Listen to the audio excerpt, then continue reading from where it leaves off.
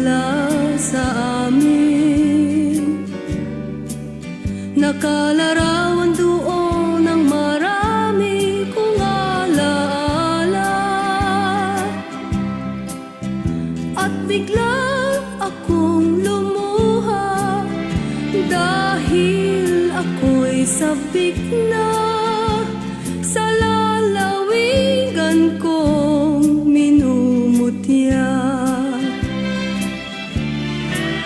Naghihintay